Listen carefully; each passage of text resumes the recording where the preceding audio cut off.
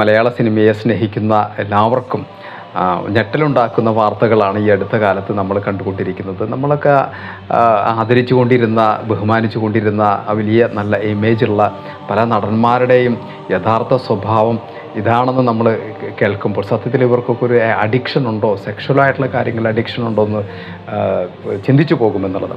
പ്രത്യേകിച്ച് മലയാള സിനിമയിലെ പ്രമുഖരായിട്ടുള്ള പല വ്യക്തിത്വങ്ങളുടെയും ആ ഒരു ഇമേജ് വീണുടഞ്ഞുകൊണ്ടിരിക്കുകയാണെന്നുള്ളതാണ്. അവരുടെ ഇമേജുകൾ ഉടഞ്ഞുകൊണ്ടിരിക്കുമ്പോൾ ഒരു സംഭവം കൂടി ഇവിടെ നടക്കുന്നുണ്ട്. അതാണ് സൈക്കോളജിക്കലായിട്ട് നമ്മൾ ചിന്തിക്കേണ്ട ഒരു കാര്യങ്ങൾ.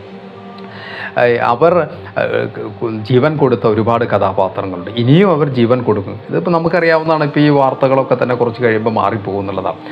അതെല്ലാം മറക്കും.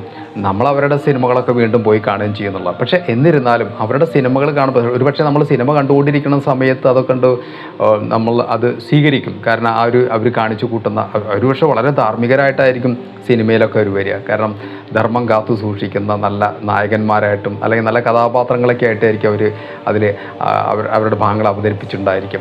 അപ്പോൾ നമ്മൾ ആ സിനിമ കണ്ടുകൊണ്ടിരിക്കുമ്പോൾ നമ്മൾ അതൊക്കെ മനസ്സുകൊണ്ട് സ്വീകരിക്കും. പക്ഷേ സിനിമാ തിയേറ്ററിൽ നിന്ന് പുറത്തിറങ്ങുമ്പോൾ നമ്മൾ ഒരു നിമിഷമെങ്കിലും ചിന്തിക്കും, ഇവരുടെ യഥാർത്ഥത്തിലുള്ള മുഖം എന്തായിരുന്നു, ഇവരെക്കുറിച്ചല്ലേ നമ്മൾ ഇത്രയും വാർത്തകളൊക്കെ കേട്ട്.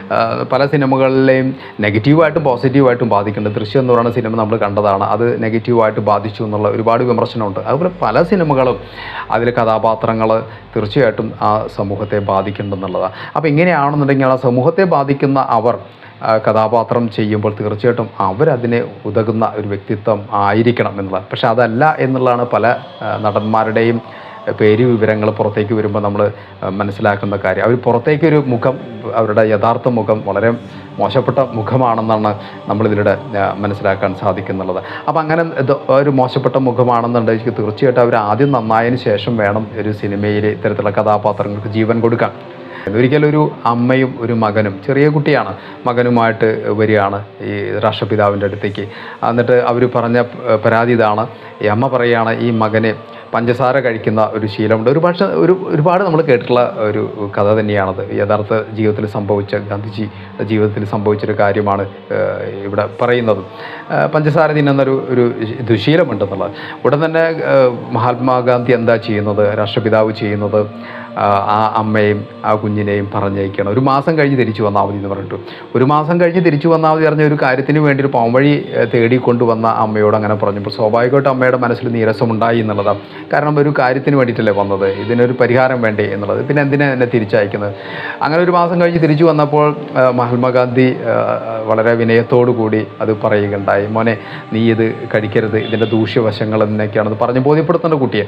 പക്ഷേ ആ അമ്മയോടൊപ്പം പറയുന്നു, നിങ്ങളത് ഒരു മാസം മുന്നേ എൻ്റെ അടുത്തേക്ക് വരുമ്പോൾ എന്തുകൊണ്ടാണ് ഞാൻ നിങ്ങളെ തിരിച്ചയച്ചത്, എന്തുകൊണ്ടാണ് ഞാൻ അതിനൊരു പോംവഴി പറഞ്ഞു തരാത്തത് എന്ന് ചോദിച്ചു കഴിഞ്ഞാൽ അത് ഇന്നതായിരുന്നു, എനിക്ക് ഈ ശീലം ഉണ്ടായിരുന്നു, എനിക്കൊരു ദുശീലമുണ്ടായിരുന്നു, ഞാൻ പഞ്ചസാര കഴിക്കുന്ന ഒരു ദുശീലമുണ്ടായിരുന്നു, അതുകൊണ്ടാണ് ഞാനത് ഒരു മാസത്തിൻ്റെ ഉള്ളിൽ നിർത്തി, എന്നിട്ടാണ് ഞാൻ നിങ്ങളോട് ഉപദേശിക്കാൻ വരുന്നത്, അതിന് പോംവഴി പറഞ്ഞു തരാൻ വരുന്നത്. ഇതുപോലെ നമ്മളെ സിനിമയിലുള്ള പല നായകന്മാരും ഒരുപാട് നമ്മളെ നല്ലവരാക്കാൻ ശ്രമിക്കുന്നുണ്ട് അവരുടെ കഥാപാത്രങ്ങളിലൂടെ ആ ജീവൻ നൽകിക്കൊണ്ടെന്നുള്ള. പക്ഷേ അവർ യഥാർത്ഥത്തിൽ നല്ലവരായിട്ട് വേണ്ടേ, അല്ലെങ്കിൽ ആ ഒരു ശീലം അവർ ജീവിതത്തിൽ കൊണ്ടുവരണ്ടേ? ഇപ്പോൾ നമുക്കറിയാം, മദ്യത്തിന് അഡിക്ഷനായിട്ടുള്ള ആളുകളുണ്ട്, മയക്കുമരുന്നിന് അഡിക്ഷനായിട്ടുള്ള ആളുകളുണ്ട്. ഇതെല്ലാം ഒരു തരത്തിലുള്ള രോഗാവസ്ഥ എന്ന് വേണമെങ്കിൽ നമുക്ക് പറയാം. രോഗാവസ്ഥന് DSM അങ്ങനെ പറയുന്നില്ല, ഇതൊരു എന്താ പറയുക, സെക്ഷുവലായിട്ടുള്ള അഡിക്ഷൻ്റെ ഒരു രോഗമാണെന്ന് പറയുന്നില്ലെങ്കിൽ കൂടി അത് ആ അർജ് അല്ലെങ്കിൽ അത്തരത്തിലുള്ള കാര്യങ്ങളോടുള്ള അവരുടെ ഉള്ളിലുള്ള ആ ഒരു അർജ് നിയന്ത്രിക്കാൻ അവർക്ക് സാധിക്കുന്നില്ല. തീർച്ചയായിട്ടും അവർ അതിൽ അഡിക്ഷനാണ്. ആ അഡിക്ഷൻ അവർ നിയന്ത്രിക്കണം, അല്ലെങ്കിൽ ഇത്തരത്തിലുള്ള ഭവിഷ്യത്തുകൾ കടന്നു വരുന്നുള്ളത്.